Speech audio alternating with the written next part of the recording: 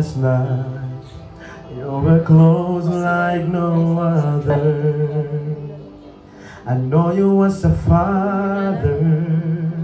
I know you was a friend. And I have lived in the goodness of God. And all my life you are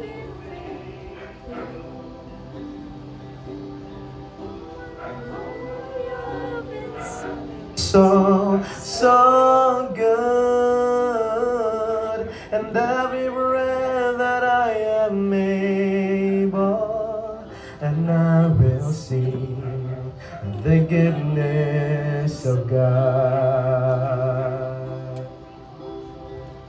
Your goodness is running after, it's running after me.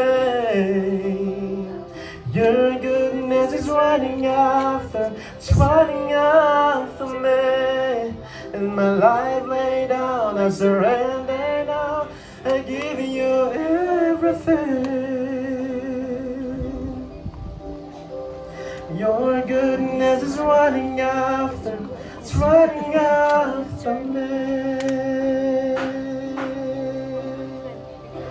All my life you have been faithful,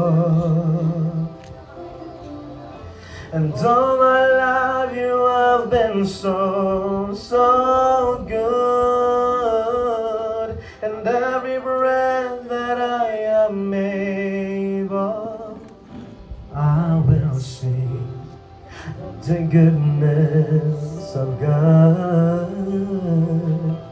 I will sing the goodness of God. Please remain standing for the scripture reading. In the book of 1 Corinthians chapter 13 verse 4 to 7. Love is patient and kind. It is not jealous or conceited or proud. Love is not ill-mannered or selfish or irritable. Love does not keep a record of wrongs. Love is not happy with evil, but is happy with the truth. Love never gives up, and its faith, hope, and patience never fail.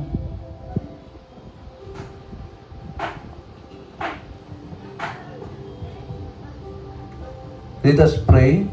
Our Father in heaven, you who created and redeemed us, give us now a sense of solemn thanksgiving for the obligation which is before us.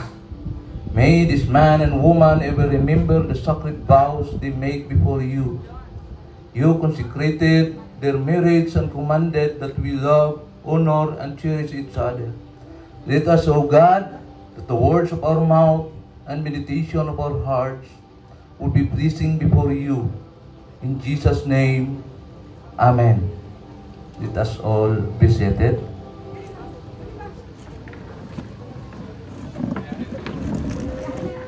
Ito mo dapita oh. Dili man daw.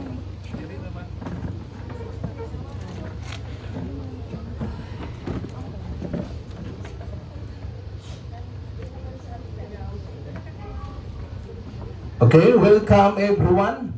Nathan and Egeline have chosen you as a special and important one.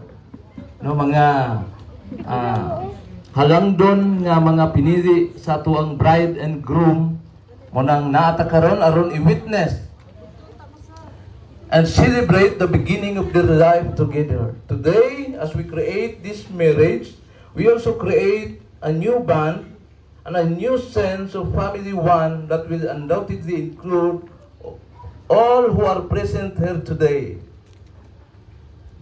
Marriage is commended by Apostle Paul as being honorable among all men. Thus, we enter this reverently, discreetly, and in the fear of God. If any person present can sue cause why these two may not be lawfully joined together, let him now speak, or else hereafter forever hold his peace. May gusto bang tumutol sa kasalang ito? Na may mubabag diha? Kung wala, mupadayon ta. Okay, again, good afternoon to each and everyone.